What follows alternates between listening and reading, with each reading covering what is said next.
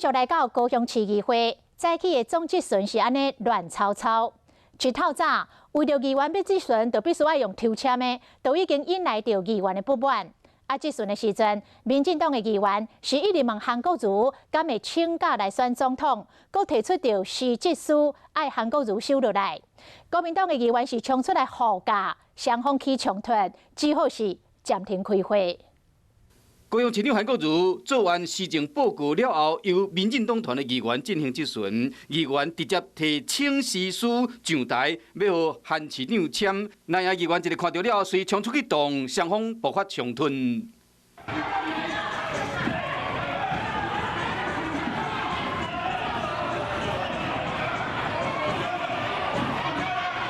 民进党团的质询时间嘛，伫冤家下，时间1分1秒一直过去。当有议员话讲，韩国瑜选总统选袂掉了后，又搁发生冲突，后来双方有较冷静，民进党团就继续质询到时间结束。下晡3点到6点是由议员轮流质询，不过今年议会规则有改变，唔是有登记就会使质询到，爱留口啊。3点钟有12个议员确定会使质询到。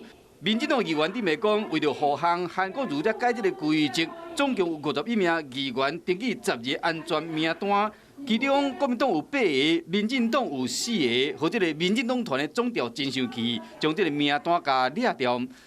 另外，民进党嘛针对中签这议员换重炮型的议员，像陈志忠等等。高雄市议会总质询会场是充满火药味。